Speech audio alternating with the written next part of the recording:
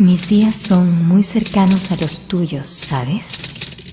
Cada vez más, y aunque los cada vez menos se nos hacen escuchar, ¿qué importa? Te amo, y es fácil decirlo.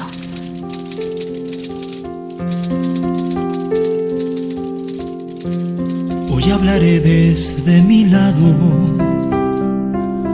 cansado de tanto caminar, de cargar mis párpados caídos, de arrastrar mis trémulas piernas. Lo bueno es que donde quiera que ando, me conduzco a ti.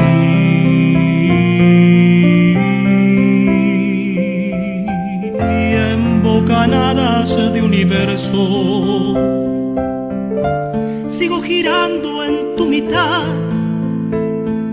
y mil preguntas anteceden a mis 100.000 seguridades. Te llamo, te busco, te anhelo, y me revisto de ti, de ti.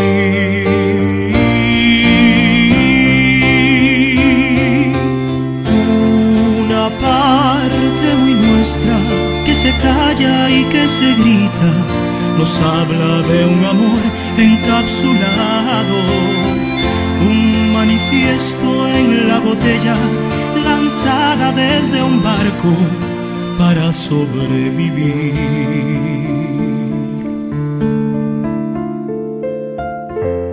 Mi amor no puede ser más grande,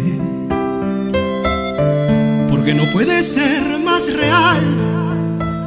Le presta pajaritos a la aurora para traer la propia primavera a esta habitación de mariposas que me remite a ti.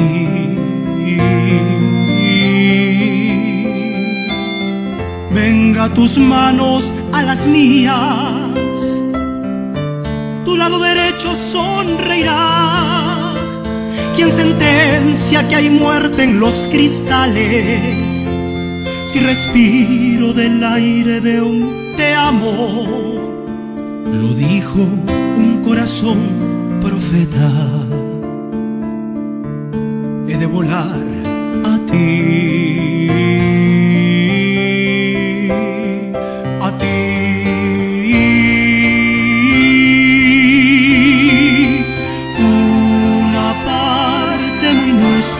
Que se calla y que se grita, nos habla de un amor encapsulado.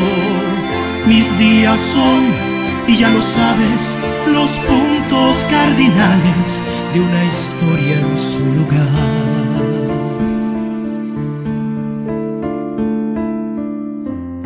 Hoy hablaré desde mi lado, que es el tuyo también.